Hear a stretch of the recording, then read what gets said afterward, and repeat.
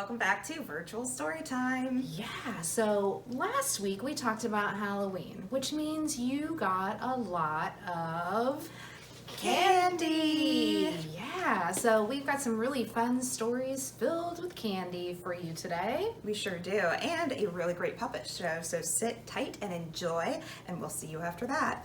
Bye! I am going to read you a Bad Kitty book. I know you all love Bad Kitty, and this one's called Bad Kitty Does Not Like Candy. Do you think that's true? Let's find out. Kitty is hungry. Here's some fish, Kitty. Kitty does not want fish. Here's some beef, Kitty. Kitty does not want beef. What do you want, Kitty? What do you think Kitty wants? Kitty wants candy. Look at that big jar of candy. You cannot have candy, Kitty. Candy is not good for cats. He does not look happy. Here's some moose, Kitty. Kitty does not want moose. Kitty wants candy. Here's some walrus, Kitty.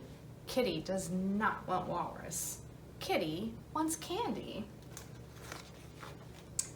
Kitty has never eaten candy before. So why does Kitty want candy? Because Kitty thinks the candy looks very sweet and tasty. It does look pretty tasty. Kitty does not want just a little candy. Kitty wants to eat all the candy in the whole world. That is a lot of candy indeed. Here is a turnip, Kitty. Kitty really does not want a turnip. Kitty really wants candy. Now Kitty is angry. Kitty decides to take the candy. Uh-oh.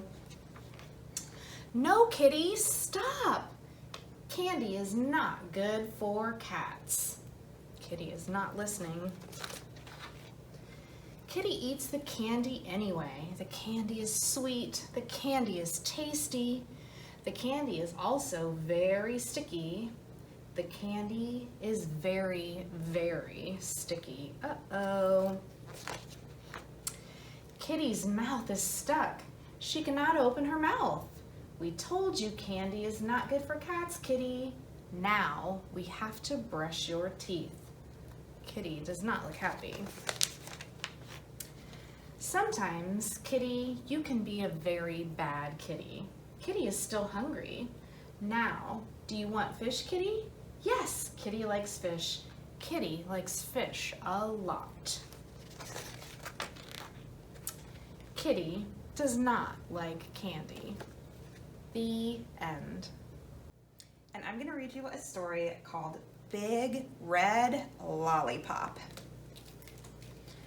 I'm so excited. I run all the way home from school. What do you think she's excited about? Ami, I've been invited to a birthday party. There's going to be games and toys, cake and ice cream. Can I go?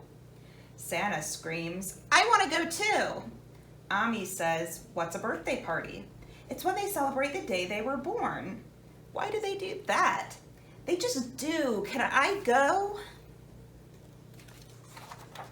Santa screams, I want to go too. I can't take her. She's not invited. Why not? Says Ami. They don't do that here.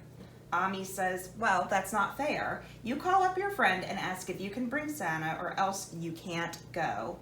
But Ami, they'll laugh at me. They'll never invite me to another party again.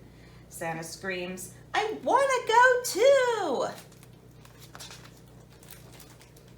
I say, look, Santa, one day you'll get invited to your own friends' parties. Wouldn't you like that better? No, I want to go now. I beg and plead, but Ami won't listen. I have no choice. I have to call. Sally says, all right, but it doesn't sound all right. I know she thinks I'm weird. At the party, I'm the only one who brought her little sister. Santa has to win all the games, and when she falls down during musical chairs, she cries like a baby. Before we leave the party, Sally's mom gives us little bags. Inside, there are chocolates and candies, a whistle, a ruby ring, and a big red lollipop. Santa eats her red lollipop on the way home in the car. I save mine for later. Santa doesn't know how to make things last. By bedtime, her candies are all gone, her whistle is broken, and the ruby in her ring is missing. I put my big red lollipop on the top shelf of the fridge to have in the morning. All night, I dream about how good it will taste. In the morning, I get up early to have it. Santa's already up. When she sees me, she runs away. I open the fridge door. All that's left of my lollipop is a triangle stuck to a stick. Santa! I hear a sound from the front hall closet. I should have known. That's where she always hides. I shove aside the coats and boots. I'm going to get you. Quick as a rat, she scoots through my legs and runs around and around the living room, the dining room, the kitchen, yelling, Ami, Ami, help, help. Ami comes out, rubbing her eyes. Sana runs behind Ami, where I can't get her. What's going on out here, says Ami. Sana says, Rubina's trying to get me. Ami puts her hands on her hips. Are you trying to get your little sister again?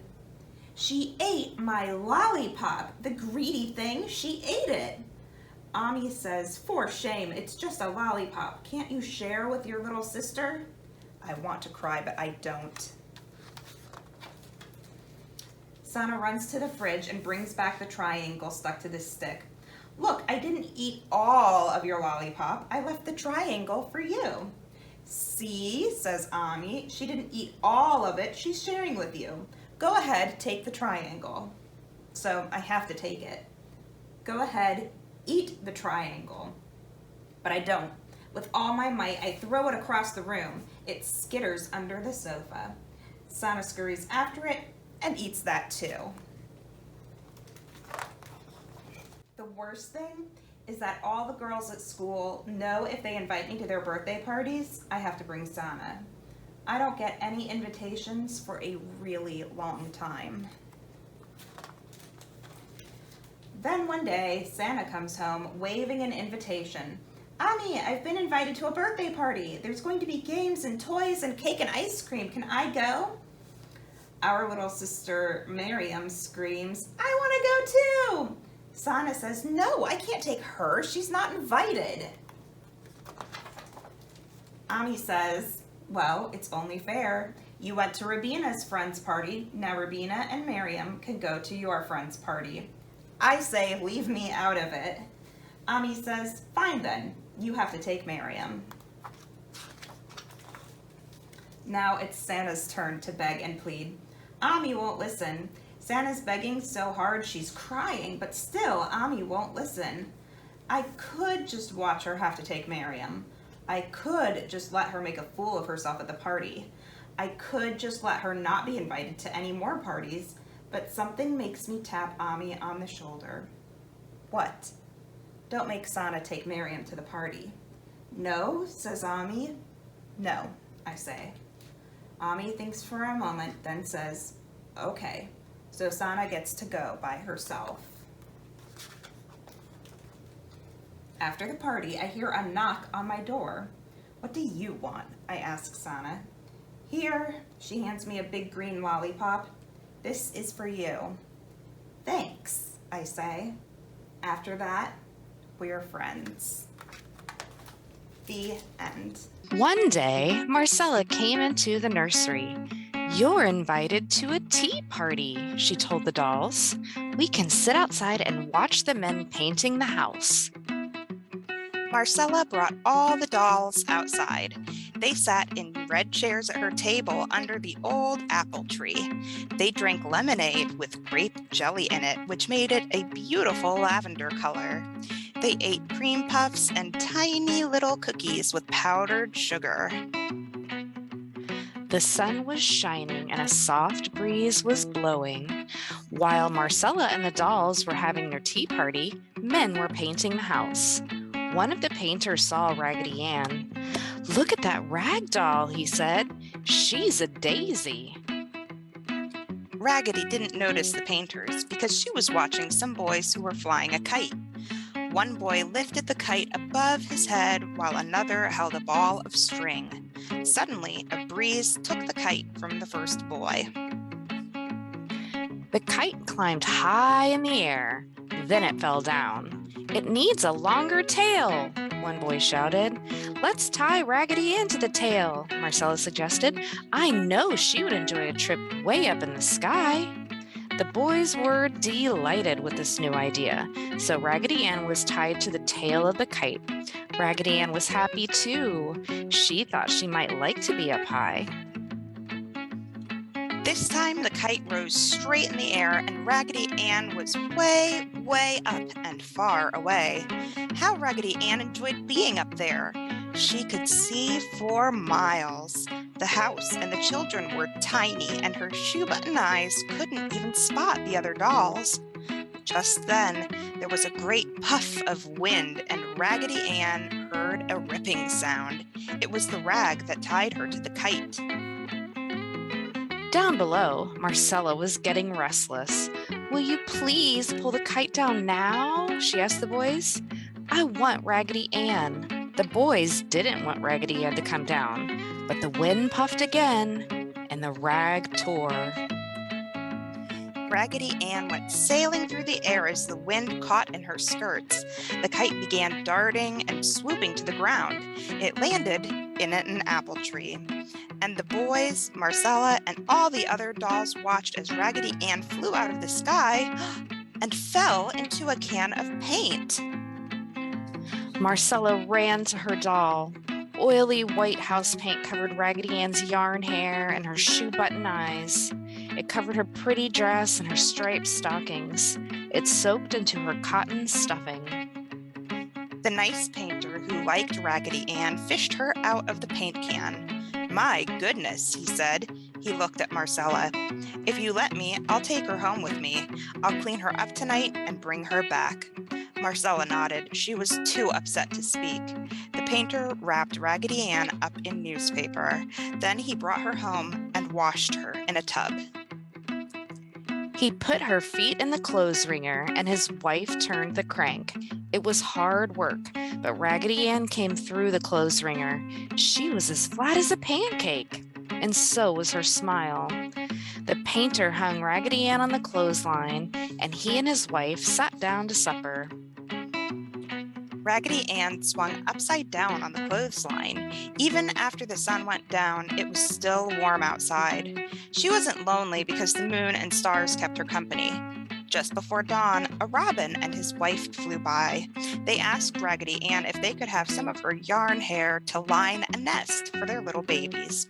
Raggedy Ann smiled at them. They took the yarn from her head and some of her cotton stuffing.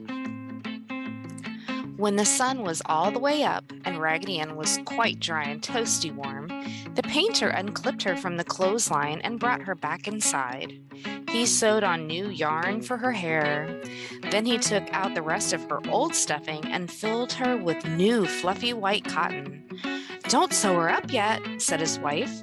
She pulled a paper bag from the cupboard, reached inside, and fished out a red candy heart.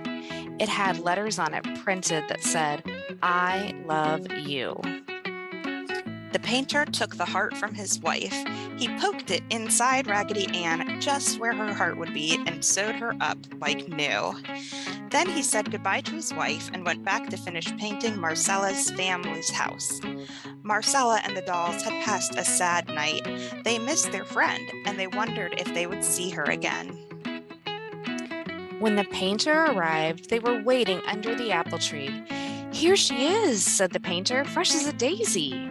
Marcella hugged Raggedy Ann. She smelled so good.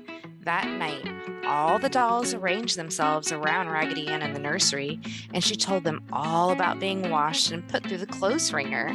She told them about Mama and Papa Robin and about being dried out and stuffed and made just like new.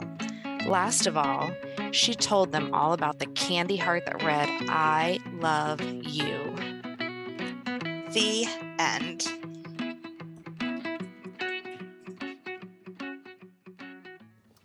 Welcome back. I hope you enjoyed that deliciously sweet story time. Yes, and we do have a great craft for you as always, so you can come pick that up in person or call us from the parking lot. We'll bring the supplies that you need right out to you, and Miss Cami has an instruction video going up at 10:30 tomorrow morning. So we hope that you have a very sweet week, and we will see you next time. Bye.